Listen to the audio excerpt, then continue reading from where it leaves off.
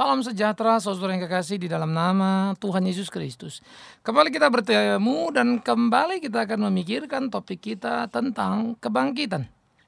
Nah, kali ini kita tidak sedang dalam event memikirkan kebangkitan secara khusus, tetapi memahami makna kebangkitan itu sendiri.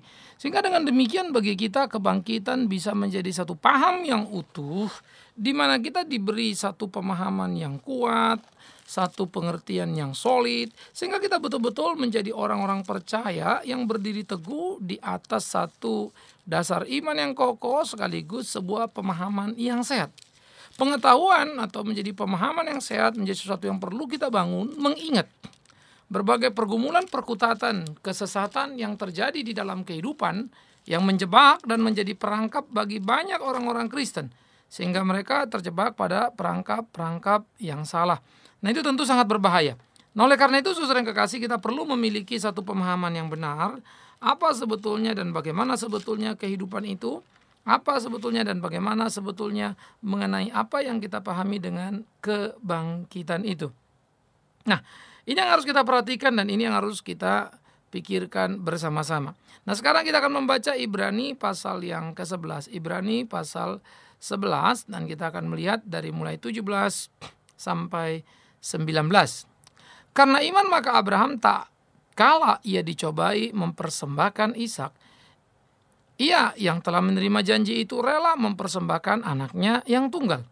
Walaupun kepadanya telah dikatakan keturunan yang berasal dari Ishaklah yang akan disebut keturunanmu. Karena ia berpikir bahwa Allah berkuasa membangkitkan orang-orang sekalipun dari antara orang mati. Dan dari sana ia seakan-akan telah menerimanya kembali. Saudaraku yang kekasih, menjadi menarik ketika kita pikirkan nun jauh di sana di perjanjian lama dan lebih jauh lagi di sana sebelum Taurat, karena Taurat dibentuk di era Musa. Maka di era patriarkal atau yang disebut bapak-bapak beriman atau orang-orang percaya di waktu yang lampau, maka kita melihat Abraham menjadi seorang yang sangat luar biasa di dalam memahami makna kebangkitan itu. Nah, kita bisa melihat ketika Alkitab itu belum ada, baik PL baik PB, karena dimulai dari Musa tadi, maka kita sudah melihat bagaimana sebetulnya perwujudan dari iman percaya itu sudah menjadi satu benih yang bertumbuh dalam hati orang percaya. Nah, di situ kita bisa melihat bagaimana Roh Tuhan bekerja menggarap segala sesuatu. Hanya dengan adanya perjanjian lama, dengan adanya perjanjian baru, kita semakin hari semakin bertumbuh, semakin kaya dalam pemahaman akan kebenaran firman Tuhan. Kita mewarisi dengan sangat limpah. Nah, oleh karena itu di situ ada keunggulan-keunggulan yang bisa kita mengerti, yang seharusnya membuat kita lebih dong dari orang-orang dulu. Tetapi ternyata di kenyataan sangat menyedihkan. Abraham yang belum mewarisi kitab PB secara utuh, ternyata menjadi Abraham yang mempunyai konsep yang sangat mengagumkan tentang kebangkitan. Sehingga dikatakan bagaimana ketika dicobai, dikatakan ya, tatkala dia dicobai, jadi Abraham dicobai oleh Tuhan mempersembahkan Ishak, ya, yang telah menerima janji itu dan rela mempersembahkan anaknya yang tunggal. Abraham dicobai oleh Tuhan untuk mempersembahkan anaknya yang tunggal. Istilah dicobai harus hati-hati. Seringkali kita mengatakan Tuhan tidak mencobai manusia. Akar kata dalam Ibrani dicobai mempunyai dua konotasi, negatif dan positif. Ya, sehingga kata dicobai pertama itu yang negatif adalah menjatuhkan, itu kerjaan setan tuh. Tapi kalau Tuhan itu positif dalam bentuk pengujian, menaikkan kualitas iman. Ya, jadi akar kata yang sama. Oke, jadi Tuhan kalau dikatakan tidak mencobai manusia itu pengertian yang dipakai ke negatif. Tetapi tidak salah ketika Alkitab juga mencatat misalnya karena iman maka Abraham tatkala ia dicobai. Kan begitu. Siapa yang mencobai? Jelas Tuhan. Karena Tuhan yang minta anaknya. Tetapi menarik adalah ketika itu datang kepada dirinya, Abraham tidak mempertahankan Ishak sebagai sesuatu yang harus dipertahankan sekalipun. Ia menerima Ishak sebagai buah janji dari Tuhan sendiri yang berjanji akan memberikan keturunan kepada Ishak. Karena itu menjadi sangat menarik saudara yang kekasih ketika dikatakan dia akan memberikan keturunan kepada Abraham, yaitu Ishak. Tapi bagaimana kemudian kita bisa melihat Tuhan meminta Ishak daripada Abraham? Ya, padahal dikatakan keturunan yang berasal dari Ishaklah yang akan disebut keturunanmu. Sehingga garis keturunan Abraham secara pewaris yang sah adalah anak kandung dari istri yang pertama, yaitu dari Sarah, namanya Ishak. Nah, kalau Ishak menjadi anak pertama ahli waris tetapi kemudian akan diambil oleh Tuhan untuk dipersembahkan, maka saya kira wajar toh kalau Abraham komplain. Tuhan, kau berikan aku anak di hari tuaku sesudah masa penantianku. Aku sabar menunggu. Sekarang kau berikan, sesudah dia besar mau kau minta. Mau jadi apa? Aku ini. Bagaimana engkau menggenapi janjimu akan memberikan keturunan kepadaku seperti bintang di langit, pasir di laut? Mestinya Abraham berdalih seperti itu. Abraham punya sejuta argumentasi. Tetapi Abraham tidak melakukannya. Abraham tidak memusingkan, hanya ia melakukan apa yang Tuhan kehendaki. Nah, saudara, di sini sudah kita melihat satu lukisan daripada iman Abraham yang sangat hebat. Abraham tidak menggugat apa yang menjadi ketetapan Tuhan, sekalipun itu mengganggu ketenangan dirinya. Abraham tidak menggugat apa yang Tuhan mau ambil, karena dia sadar Tuhan yang memberikan Ishak. Maka kalau Tuhan mau ambil untuk dipersembahkan jadi korban, apa yang bisa dilakukannya? Ini sebuah kepasrahan. Tetapi kepasrahan Abraham bukanlah sebuah kepasrahan yang konyol tanpa pemahaman yang utuh. Saya kira kepasrahan Abraham ini menjadi satu model yang sangat sulit kita temukan di masa kini, di mana orang sangat berorientasi kepada selera diri, ya, dan menggugat Tuhan untuk apa yang dia inginkan supaya Tuhan memberikan dan memenuhi keinginannya. Jadi sangat berbeda sekali dengan apa yang dilakukan oleh Abraham. Nah, saudaraku yang kekasih, orang-orang masa kini adalah orang-orang yang sangat mabuk dengan segala keinginannya, orang-orang yang sangat mabuk dengan seleranya, orang-orang yang sangat mabuk dengan segala gugatan dan tuntutannya. Abraham tidak. Oleh karena itu menjadi sangat menarik ketika dikatakan kenapa Abraham mau memberikan Ishak padahal dia adalah anak tunggal, anak satu-satunya. Alkitab mencatat apa? Karena Abraham berpikir bahwa Allah berkuasa membangkitkan orang-orang sekalipun dari antara orang mati. Dan dari sana ia seakan-akan telah menerimanya kembali. Hebat sekali. Bagaimana Abraham bisa berpikir bahwa Allah, ya, dikatakan berkuasa membangkitkan orang-orang sekalipun dari antara orang mati? Abraham belum mempunyai satu pengalaman real untuk itu. Abraham belum mewarisi satu kisah tentang itu. Kebangkitan itu dicatat di kemudian hari, khususnya di dalam perjanjian lama, perjanjian baru.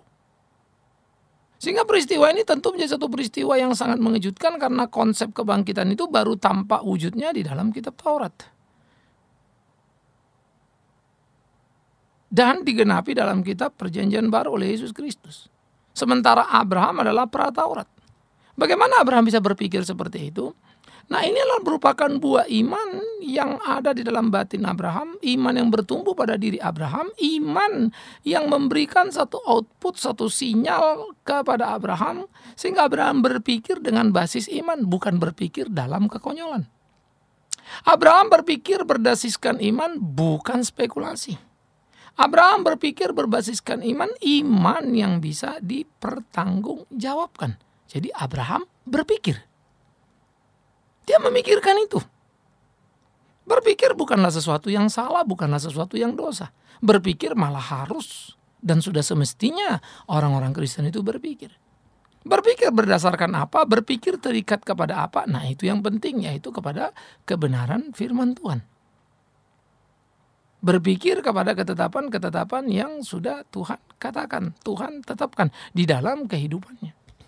Dia mesti memikirkan apa yang menjadi kehendak Tuhan. Nah, ini yang menjadi sangat penting, saudara yang kekasih.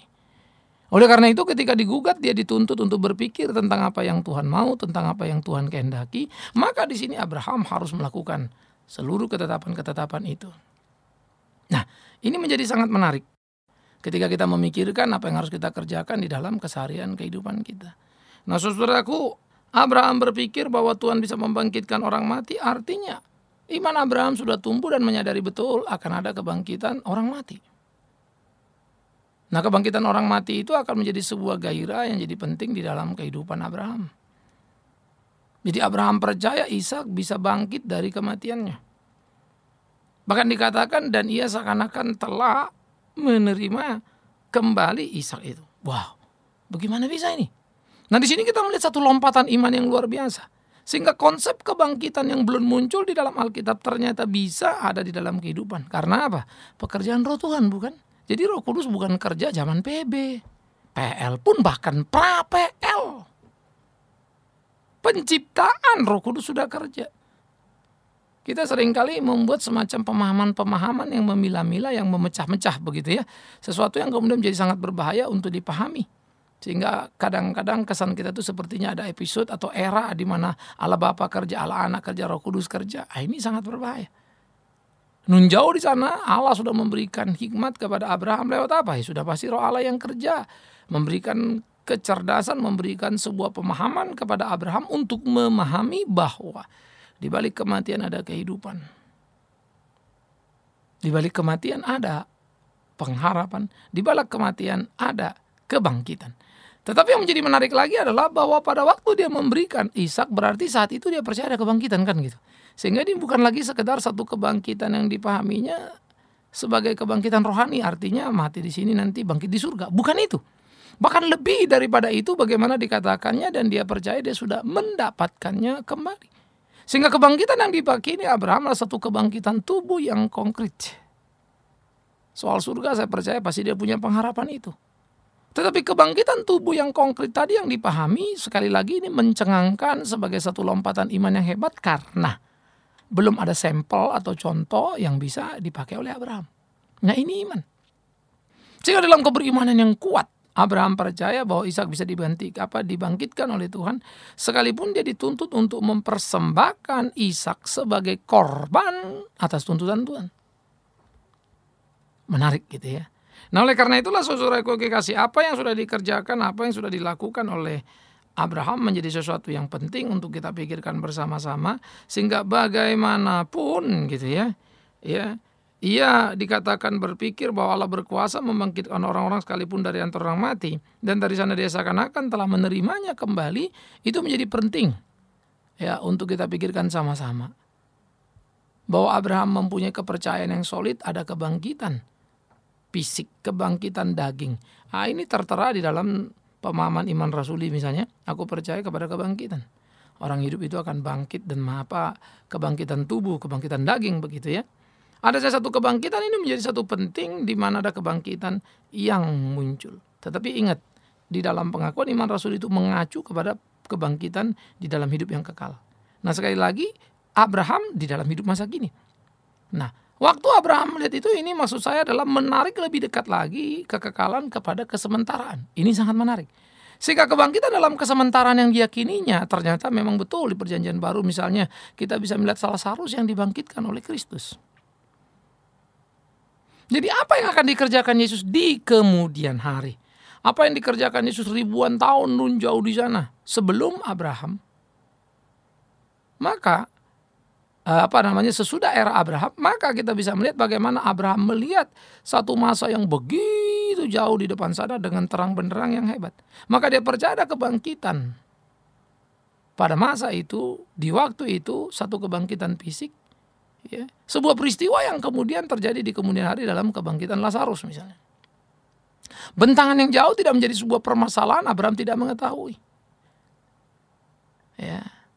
Tradisi iman yang dituliskan menjadi tulisan yang kita sebut kitab suci belum ada, tidak membuat Abraham tidak mengerti. Iman menerobos, membawa Abraham kepada sebuah pengertian yang dicerahkan oleh Roh Kudus, Roh Allah yang menggarap dan memberikan pengertian sehingga Abraham bisa memahami apa yang tidak bisa dipahami oleh sekitarnya. Ya, ketika Nuh memberitakan adakan air bah, orang lain tidak ngerti. Ya, yang ngerti dekat dengan Tuhan ngerti akan melakukannya dan akan mendapatkan kemenangannya.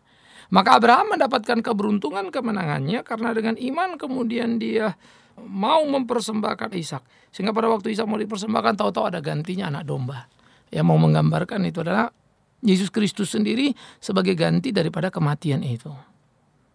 Maka kita bisa melihat kebangkitan Kristus di kemudian hari yang akan kita bicarakan nanti merupakan sebuah refleksi yang sudah dialami Abraham di waktu yang lampau. Yang terjadi kemudian itu digambarkan di sana. Jadi sejak PL, ide atau konsep tentang kebangkitan itu sudah ada. Sudah. Bukan sejak PL, bahkan pra-PL. Sebelum Taurat itu dituliskan oleh Musa itu sudah ada.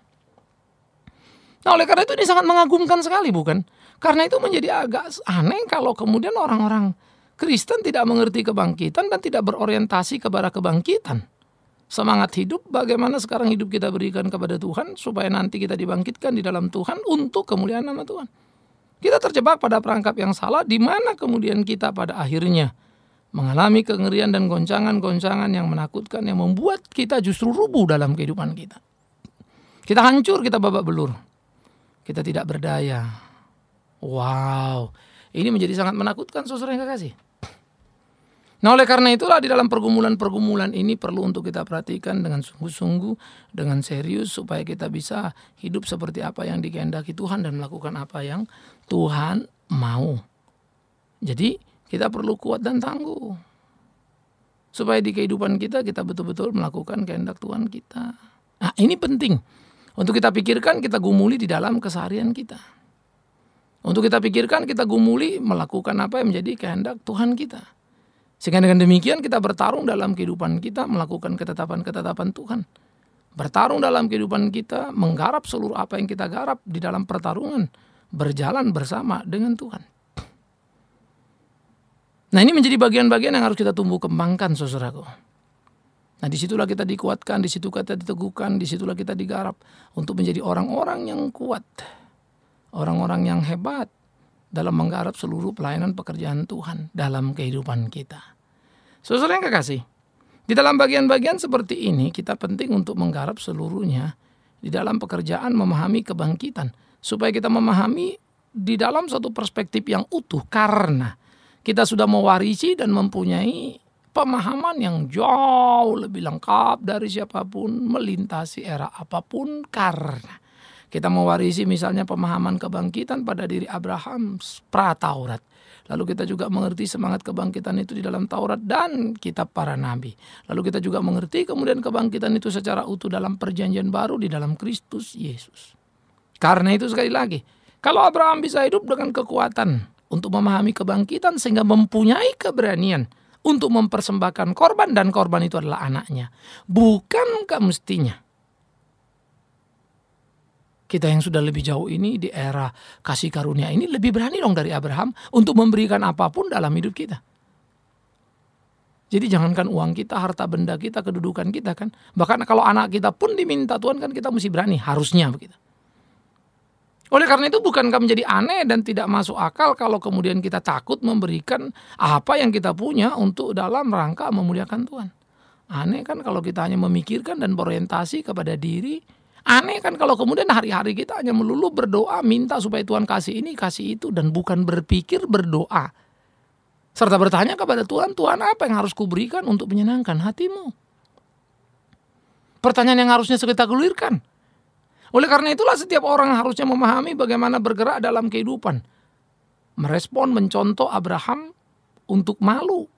Kalau kita sudah punya warisan lebih lengkap, Abraham tidak. Tetapi ternyata imannya lebih tumbuh subur, kita tidak. Nah, iman ini harus kita kumandangkan secara sehat, saudara. Sehingga hidup kita menjadi satu hidup yang penuh dengan keberanian karena percayanya ada kebangkitan. Ingat sekali lagi, Abraham dituntut untuk memberikan Ishak, anak tunggal satu-satunya yang didapatnya di hari tuanya sesuai dengan janji Allah. Tapi dia tidak kecewa dan marah dan berkata, Tuhan, kau yang berjanji, kenapa kau ambil? No, dia berikan.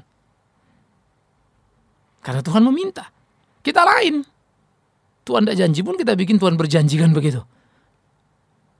Kita menuntut dan kita meminta, bukan kita memberikan. Abraham punya sikap iman yang luar biasa. Kenapa? Perhatikan tadi, percaya pada kebangkitan. Nah, kita sebagai orang sekali lagi yang sudah mewarisi kebangkitan itu secara konkret, bukan saja dalam pemahaman tetapi pengalaman pertobatan, di mana kita mati bersama di dalam kematian Kristus dan bangkit bersama di dalam kebangkitannya. Maka zaman kita harusnya menjadi orang-orang yang tangguh, saudaraku. Orang-orang yang hebat, yang berhidup dalam iman yang kuat. Wow, alangkah indah, alangkah menariknya kehidupan. Kalau tiap orang percaya menjadi orang percaya yang solid, yang kuat sungguh-sungguh. Melakukan apa yang mereka lakukan di tengah-tengah pergumulan kehidupannya. Alangkah indahnya. Alangkah hebatnya jikalau semua berpadu, bersatu. Mengerjakan apa yang harus dikerjakan untuk puji hormat bagi nama Tuhan saja. Sehingga di dalamnya nama Tuhan sungguh dipermuliakan, ditinggikan dan diagungkan. Nah, biarlah kiranya pemahaman kita akan kebangkitan terbukti di dalam kehidupan keseharian kita. Paling tidak pertama, kebangkitan membuat kita yakin hidup kita di sini hanya sementara, nanti ada kekekalan. Itu sebuah konsep. Tetapi yang kedua, yang sulit diukur tentunya ya. Tetapi yang perlu dan jadi mudah diukur adalah kebangkitan kiranya membuat kita terhindar dari ketakutan untuk melakukan kebenaran. Untuk melakukan kehendak Allah itu. Apa yang Dia mau supaya kita kerjakan tanpa menggugat dan berdebat. Ini perlu. Sehingga dengan demikian kita lakukan itu menjadi bagian yang memuliakan nama Tuhan kita. Oke? Jadi itu mulai bentuk. Tidak takutkan begitu. Untuk melakukan apa yang Allah mau. Itu penting. Nah, itu mulai bisa diukur. Dan yang ketiga, bukan saja tidak takut melakukan apa yang Allah mau, tetapi kita juga mau dan dengan rela memberikan apapun di dalam kehidupan kita untuk menyenangkan hati Allah. Kan menarik. Sehingga ukuran-ukuran itu makin real, makin jelas. Sehingga kita mempunyai keberanian, mempunyai kerelaan. Nah, ini akan mewarnai dan mendominasi seluruh pelayanan kita. Sehingga pelayanan kita akan menjadi satu pelayanan yang menarik, saudara yang kekasih. Satu pelayanan yang luar biasa, satu pelayanan yang kuat, satu pelayanan yang hebat, satu pelayanan yang bisa membawa kita bergerak kepada satu kehidupan yang kita bisa nikmati, hidup yang bernada kemenangan, hidup yang luar biasa, hidup yang menakjubkan. Oleh karena itu sekali lagi, biarlah kita belajar dari apa yang dipahami oleh Abraham menjadi sebuah pemahaman yang kuat, pemahaman yang sehat di dalam kehidupan kita sebagai orang percaya. Kalau Abraham bisa, mengapa kita tidak? Malah sebaliknya, seharusnya sebagai orang lebih lengkap mewarisi kebenaran, kita harusnya lebih bisa. Tapi ternyata kenyataan berbeda. Nah, ini biar menjadi koreksi kepada kita. Tampilkan sikap iman yang benar dalam pengharapan yang sungguh yang berpusat pada kebangkitan. Supaya kita jangan menjadi orang-orang yang salah di dalam kehidupan. Kiranya Tuhan menolong kita menemukan kesejatian iman. Dan kita berpusat pada semangat kebangkitan. Menang, itu gegap gempitanya. Tuhan menolong, Tuhan memberkati saudara. Amin. Mari kita berdoa. Kami bersyukur dan berterima kasih kepadamu ya Tuhan untuk segala cinta kasih dan berkat-Mu di tengah kehidupan. Kami berdoa supaya Tuhan menolong, menuntun, membimbing kami sehingga kami sungguh-sungguh dimampukan melakukan apa yang menjadi kehendak Tuhan dan di dalamnya nama Tuhan ditinggikan, diagungkan. Tolong kami, berkati kami di tengah-tengah pergumulan kami ya Tuhan. Supaya kami sungguh-sungguh juga kuat untuk bertarung dalam kehidupan dengan berpusat kepada pemahaman akan kebangkitan. Tuhan memampukan kami dalam kasih Tuhan sendiri. Demi Yesus Kristus Tuhan kami hidup. Kami berdoa, bersyukur dan mohon pimpinan Tuhan senantiasa. Terpujilah Tuhan. Amin.